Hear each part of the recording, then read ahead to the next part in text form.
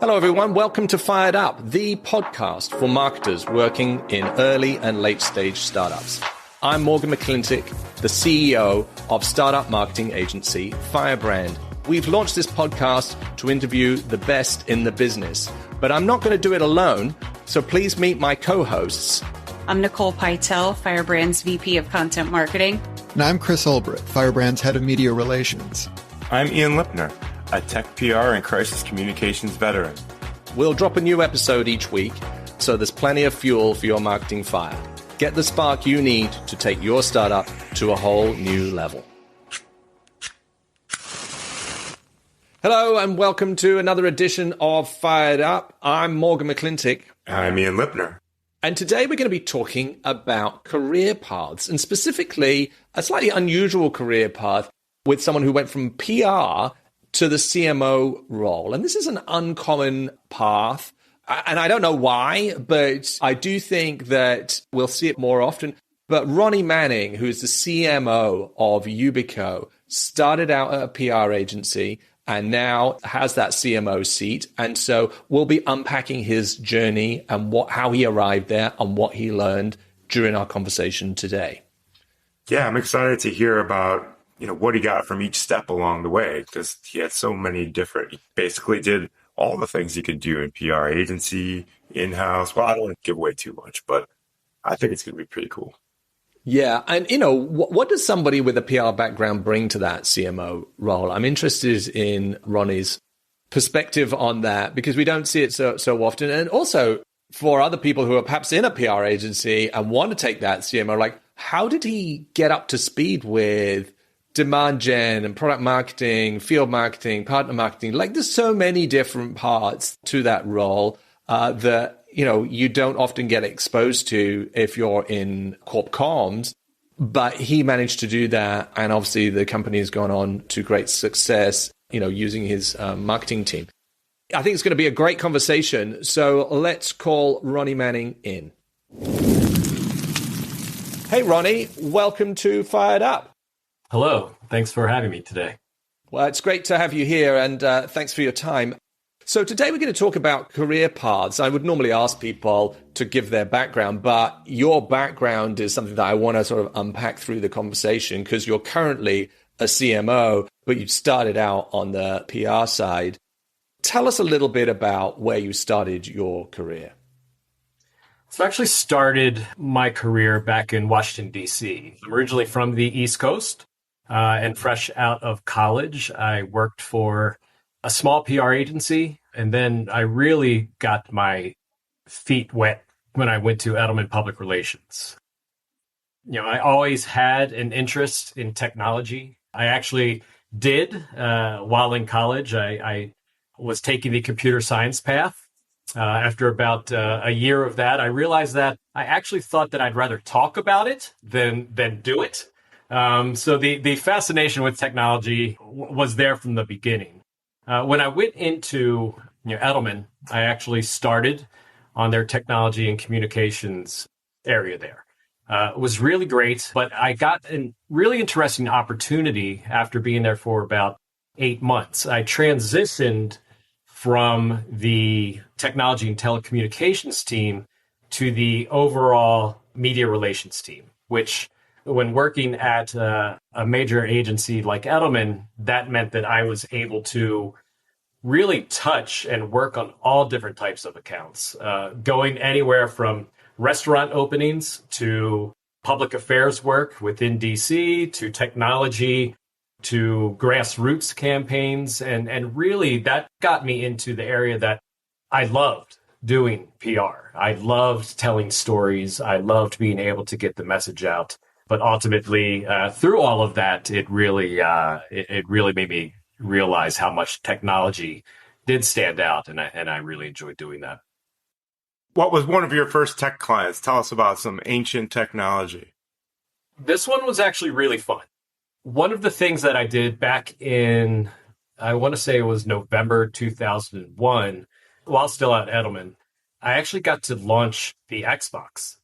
I'm sure there were hundreds of people doing this, but within that area, I actually got to work on launching the Xbox. And, one of the things with that you don't get to do very often is be able to play video games with media.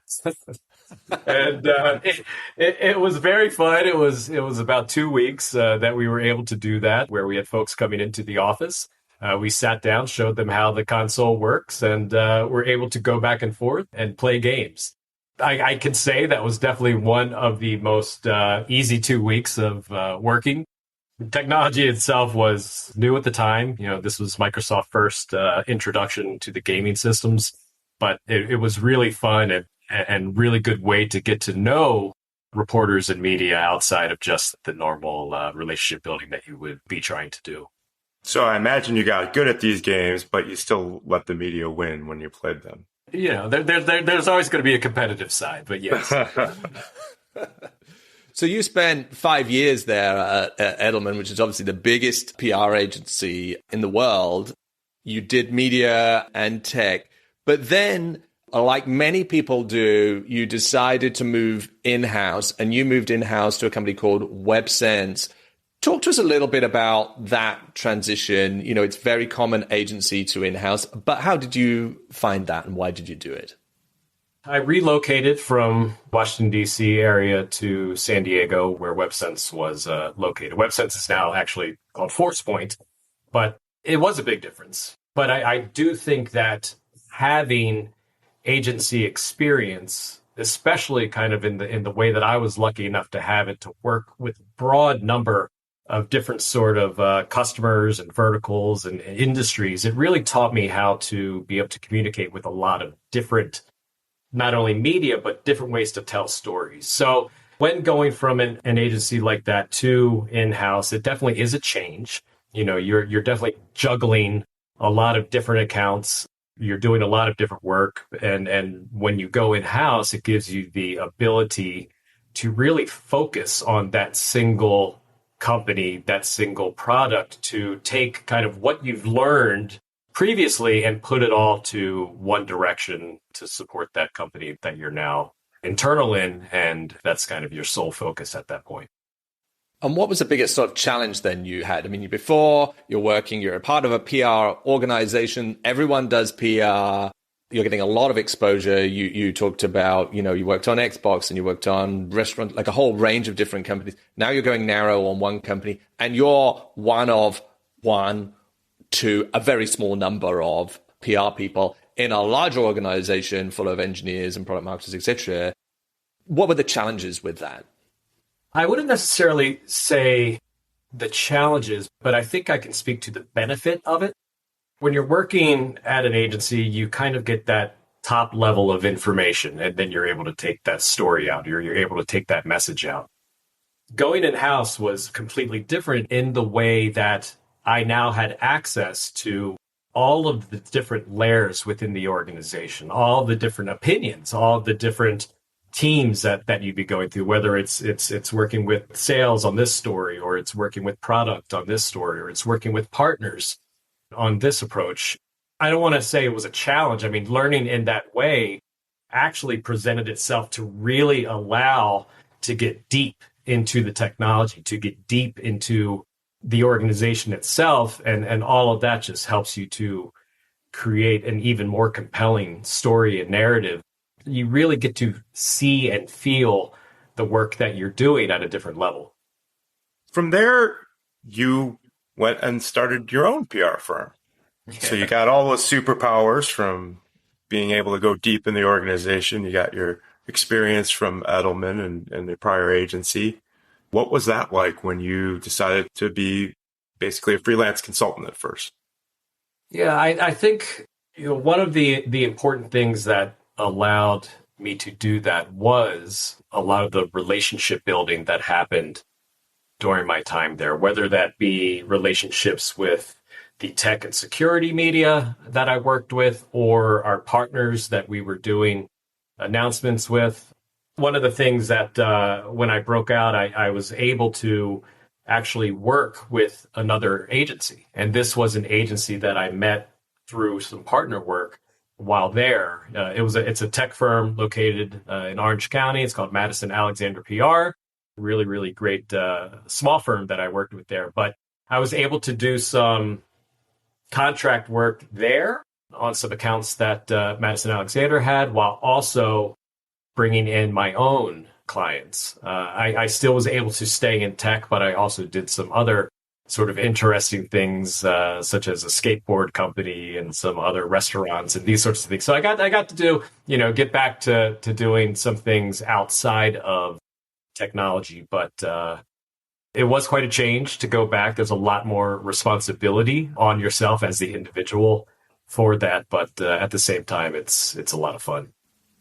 What would you tell yourself today that you know now before you're sort of making that transition? You were in-house, then you're going back out on your own. Maybe you're going to grow this into a big agency, but you're just starting out. You got to get your roster of clients, which is absolutely, it's a challenge, but it's also very freeing. You're a freelancer, right? So what would you tell yourself, young Ronnie, today?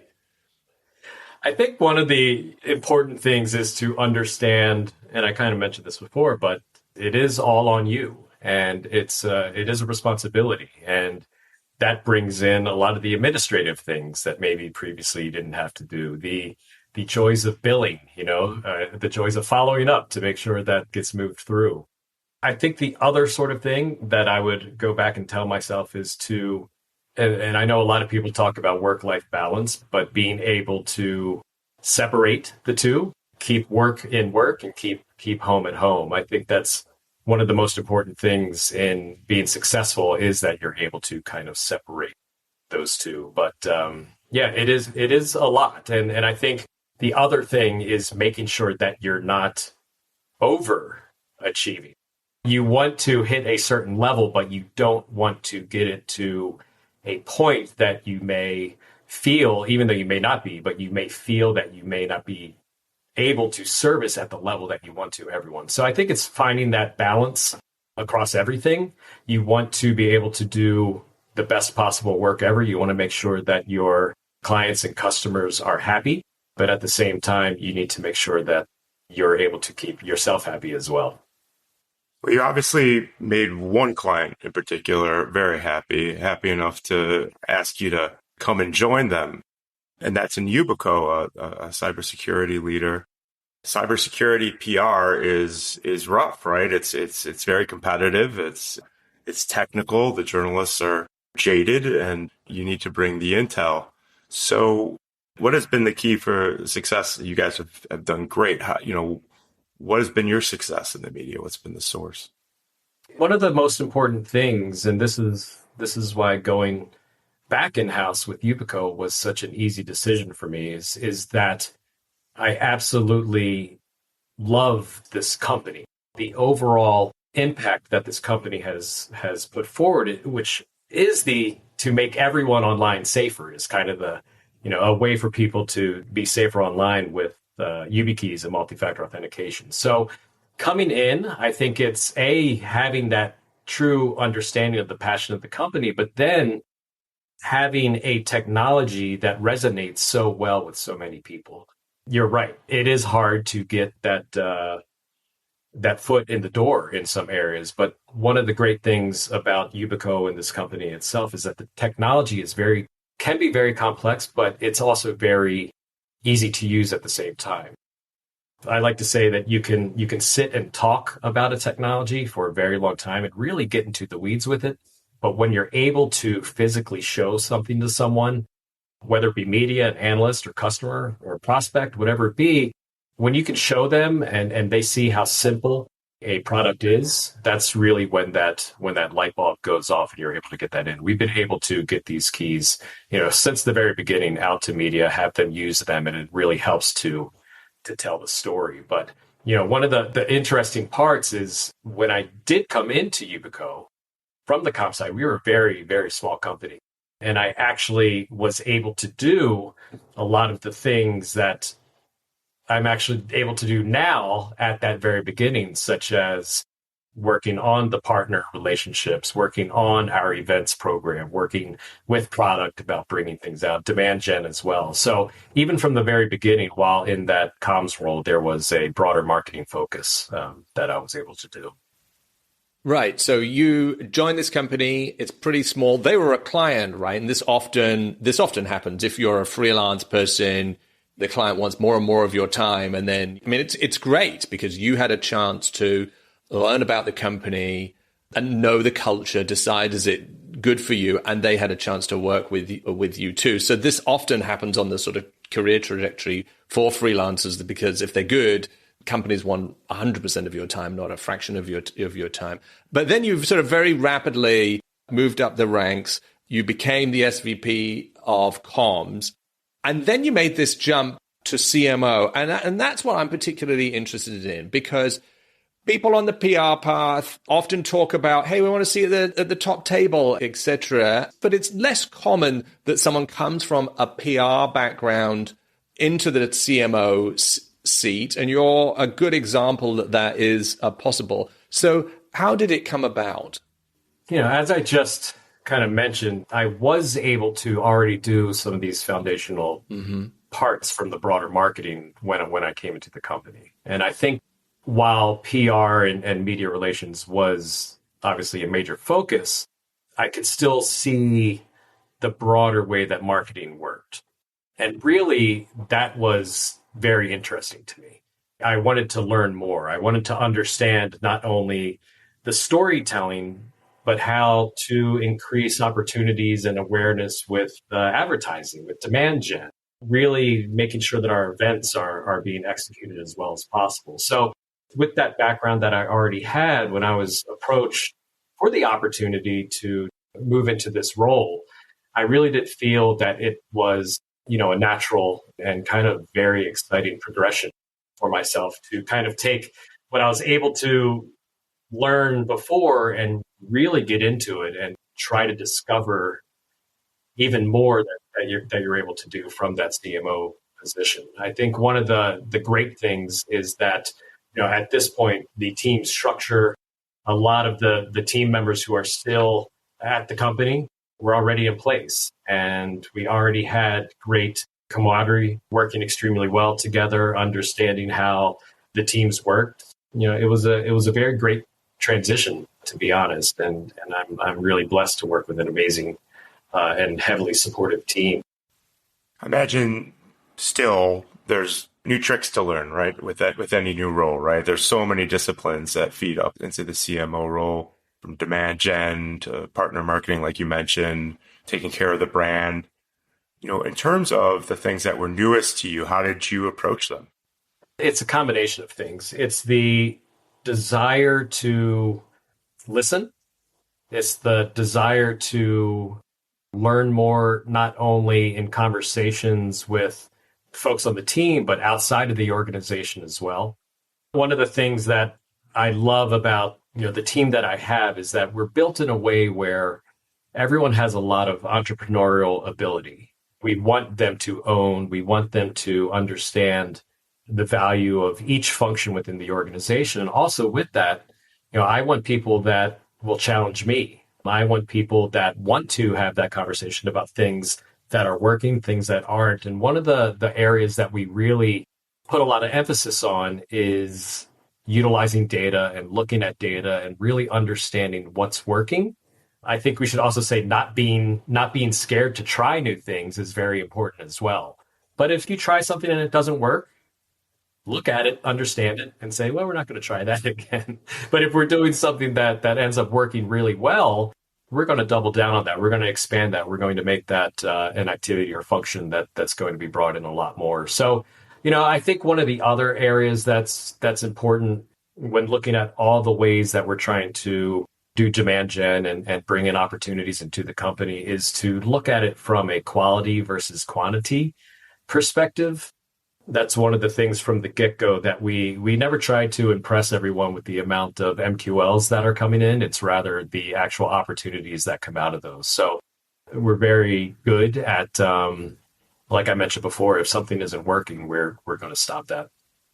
It sounds like you had a great team already in place in those seats, product marketing, partner marketing, that, could run those disciplines, those practices as you sort of came in. And, obviously there's a lot to learn. You took a data-centric perspective on, okay, we're going to try and do more of what's working and less of what's what's not working. It sounds radical. But what do you think that someone with a PR background brings to this CMO role that perhaps someone who comes up through a demand gen or a product marketing route may not? One of the areas that's important is that ability from a PR standpoint to have really good communication. Mm-hmm. I think that's something that you learn through PR, that it's talking to product, it's talking to sales internally, it's talking to executive positioning. And then it's the ability to understand how to speak to individuals outside of the organization. And I think communication is one of the most important things that a CMO, needs to have. And I think that trickles down into the team itself. We want to be creative. We want to be good at storytellers, and we want to make sure that we're able to build relationships both internally and externally so that it can help the overall success of the company, and especially from the marketing standpoint. What do you think holds other PR pros back from stepping up and into that CMO role? One of the great things about PR is that you get to really see the results of your work. There's nothing better than when you see that article that you've been working on in print. And I think that is one of the great things. With becoming the CMO, there's more to it. There's a lot of other functions, like we discussed earlier, that sit within the marketing org. So I really think that if someone wants to see beyond just the PR side of things and really understand the entire engine that's there, all the different facets, the one thing that I love about it is you're able to see how every aspect of what you're doing from a marketing, think of it like an omni-channel, right? Everything that you're going to be doing, how it all ties together. And if you structure it in that way, both visually, you could see exactly how everyone is touching this and how it's moving it forward. But if someone has that urge to really understand, I hate this term, but how the sausage is made, it's really an interesting way to look at it from the whole CMO role. I think the way that comms is changing, classically it would be only earned media, perhaps, and events, and now you've seen that hugely blended. I mean, most PR people are doing paid and sponsored and owned, like all the different types of channels. So necessarily, it's a broader skill set today than it was 20 years ago in terms of channels. We should see more people coming through from a PR background into the CMO seat because they've already got those skill sets. And as you say, sort of being able to communicate is really important. Would you agree with that? I would, absolutely. And when you kind of look at how comms has tied in to the broader marketing functions, I mean, just look at the growth of influencer, both, it's kind of social for product, as well as working with B2B influencers as well. I mean, this didn't exist 10 years ago. Now, I mean, the peer acceptance that people are going out and maybe they're not going to analyst firms as much as they used to. Maybe they're going to LinkedIn now, to kind of talk to their peers and understand how a technology works. So I think all of these things really encompass themselves, as well as adding video. This is a whole other area. It's becoming clear that people are really, versus the long written form type of information, really easily digestible videos, and storytelling is that way.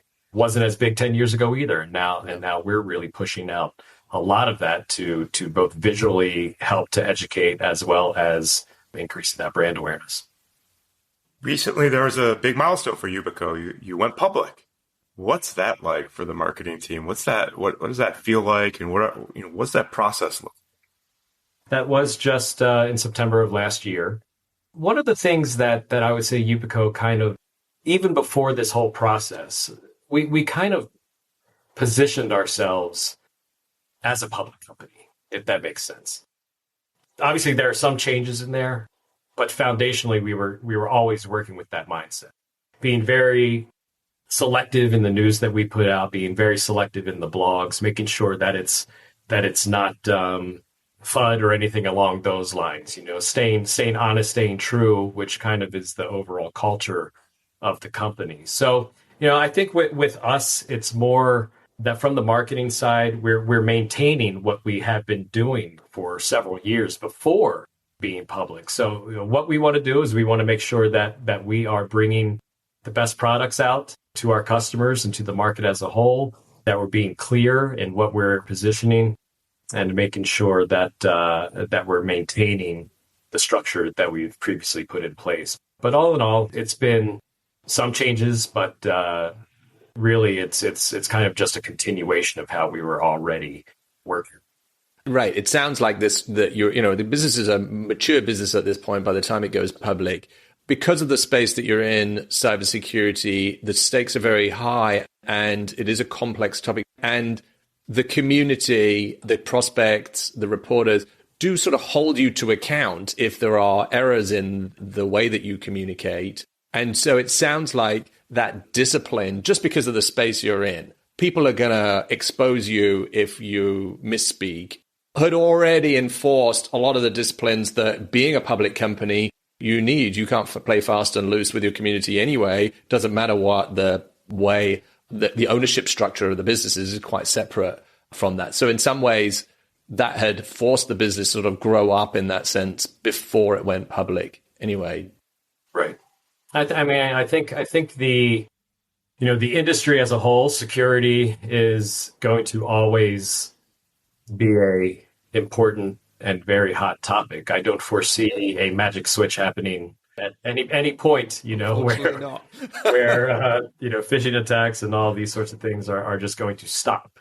So the industry as a whole has continued to educate itself as well. And our position is to continue to help to educate on the value of strong security while also keeping our day-to-day marketing activities really moving forward and getting our brand and our thought leadership more visible as much as we can. Any final pieces of advice, thoughts for an aspiring CMO, a young Ronnie perhaps in a transitioning role? What should they do? I kind of mentioned this earlier, but empowering a true team mentality is very important. I mentioned it before, but that entrepreneurial ability. I take a lot of this from back at my media relations time at Edelman, to be honest. It was kind of, here is what I want you to do. Let's see you do it. Take it, run with it.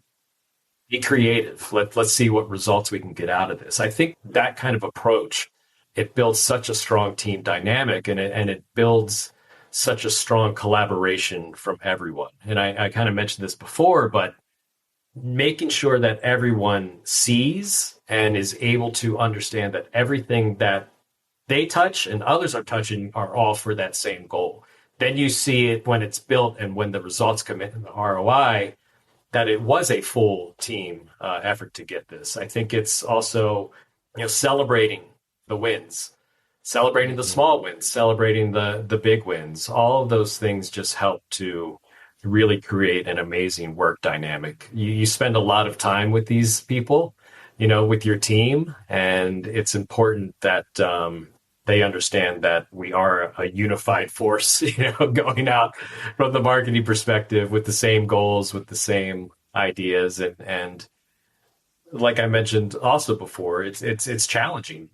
I want people who bring new ideas. I want people who, question, why are we doing this? Or question, we should be doing this. Why aren't we? All of that just helps to not only move forward and continue to advance and do new things, but it really helps to foster a very positive working relationship. One other thing that I would say, as one of the most important things that we both as PR and marketers do is build our brand. We want to make sure that our brand is well represented. So from the technology side of things and within the industry that I work, I would say to other CMOs out there to make sure that your customer-facing accounts are well protected and secure. You want to make sure that your LinkedIn, your X account, your Instagram, and all of those other ones are secured. You don't want someone to take over that and put something out that could misrepresent your brand. And what might be a good way of securing those accounts, Ronnie, just off the top of your head? The YubiKey is a good way to do it. Oh yeah. little product plug there. To kind of set the stage, what Yubico actually creates, and I'll just spend a second here, is a hardware authentication key, which actually allows you to physically secure your accounts with a hardware device. So if someone's trying to get into your account, say your Facebook account, they're unable to do so because they require that physical key to be able to get it. And it's very simple and easy to use as well. I think you raise an interesting point there about teamwork. By its very nature, you came from an agency background. It is a team sport. Everybody's editing all the material. There's absolutely, your ego gets removed pretty quickly, and it's very much a we thing. There's very few individual contributor roles within a PR team, and bringing that sort of mindset, ideas can come from anywhere. We stand and fall together to a marketing function is essential because, yes, sure, we've all got our individual roles to play and our individual bits of expertise. And in a PR team, that might be someone who's great at writing or someone who's great at media relations or has a particular relationship with a reporter or what have you. Same in a marketing team, but you stand and fall together. And there's really no ego in that. Just listening to you speak, that is your leadership style, and it sort of pervades the practice, I think. Yeah, I think there's no bad questions. Yeah. There's no reason why people shouldn't ask why. And I think, as you said, it leans towards, I like to think that we're a very horizontal team. Mm-hmm. No one has bad ideas. Maybe we'll table that one. Maybe we won't use that one right now, but it could come back later. And I think that sharing of information, and it kind of goes back to the communication from before, is just so extremely important. Just before we move on to our next section, do you think that your attitude to risk is different coming from a PR background to the CMO role? Because by its very nature, in communications, it's a human relationship. Some things work, some things don't. You've got to play a portfolio of different tactics, and some things have outsized results, some things don't. Within a lot of particularly B2B marketing, there's a lot of incrementalism, like, where have you ever done this before, and playing the safe bets, rather than sort of, hey, we're going to, you talked about building brand, and that's a long-term game, but a lot of people have a very short-term objectives with performance marketing. Do you think that mindset that you were grown up in, like, some things are going to fail and we're just going to dust ourselves off and get back at it, which is inherent to communications, has helped you and reflected in your sort of the style of your marketing that you do? I think it would. I mean, it's from the PR perspective, you want everything to be as positive as possible. Oh, yeah. You work very hard to make sure that the story that you're telling is representative of the company in a good way. And I think that does fall into the overall kind of marketing as well. If that is built foundational to my time as a PR person, or if it isn't, I definitely feel that there is an alignment there for sure. I mean, I think it's a good point that Morgan raises. Somebody who maybe came up more on the advertising side expects more sort of, one time, first time should be great. Whereas the results, maybe somebody from the sales side has more of a understanding of, okay, this is going to be a more of a sedimentary effort than an igneous moment. Where do you fall on that? Have you become more, should I say, less likely to improvise as you go, or more likely to improvise as you go? Probably a combination. Still comes in there. It depends. It depends. It depends.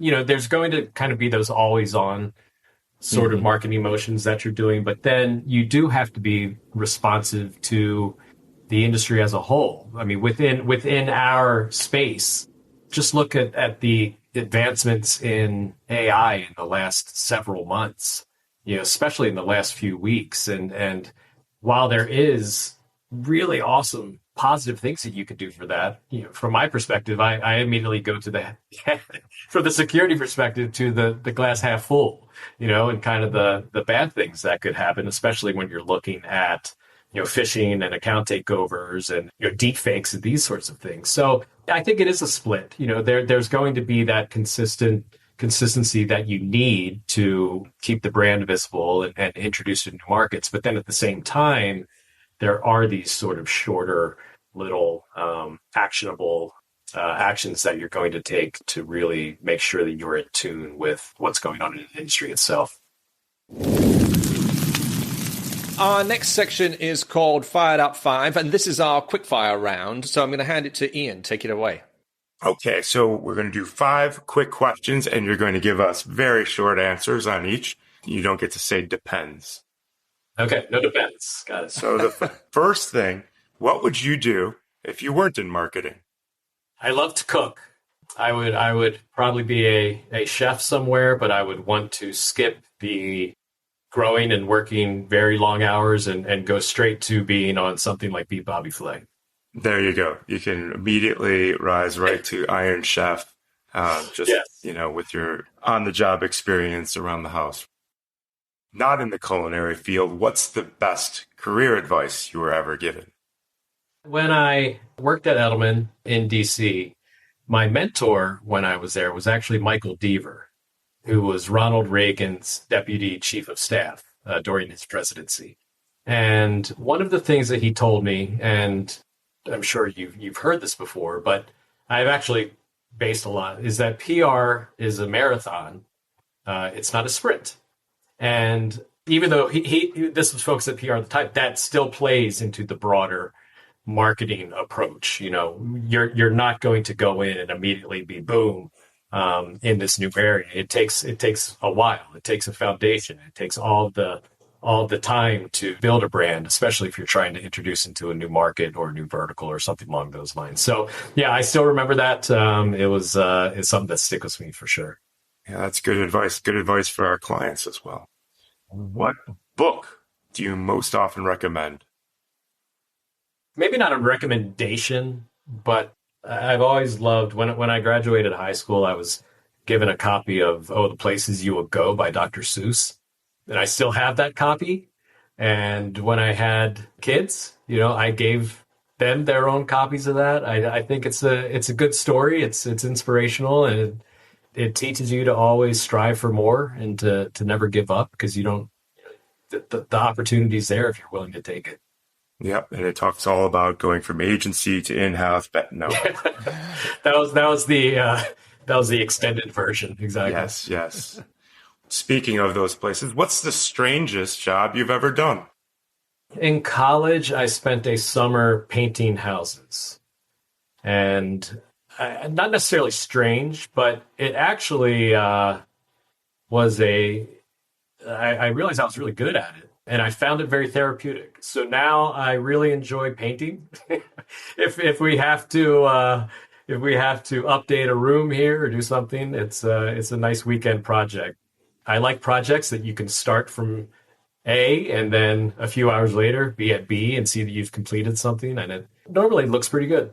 Yes, it's a good counterbalance to the uncertainty of long-term marketing, right? Like, I am done. That looks great. Yes, exactly. Let's think about 2024. What is the thing you're most excited about this year?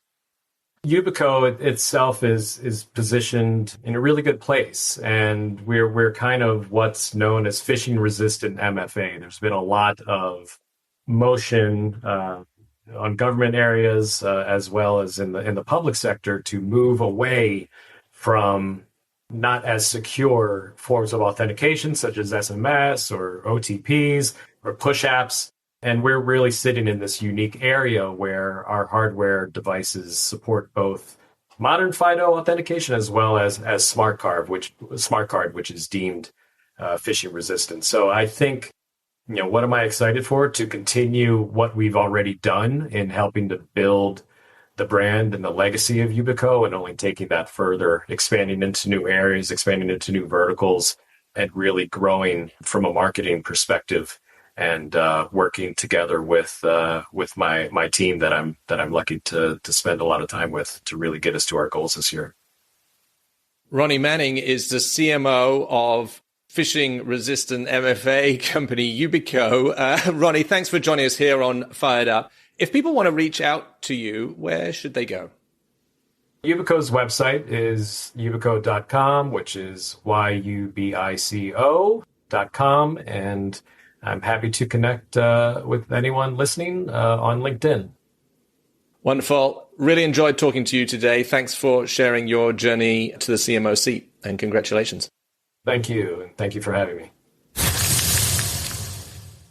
Well, that about wraps it up for today. But before we close, we did want to offer all of our Fired Up friends a chance to grab a mega pack of all of our ebooks and guides. That's our guide to content marketing. That's our startup guide to paid media using Google Ads. It's our guide to attribution.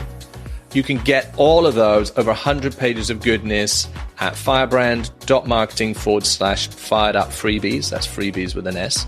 And we hope you enjoyed the show. And if you did, please give us a rating wherever you get your podcasts, or drop us a note at firebrand.marketing. And as ever, the details of how to get in touch with our guest today can be found in the show notes. Thank you for listening. And until next week, get out there and crush your marketing goals.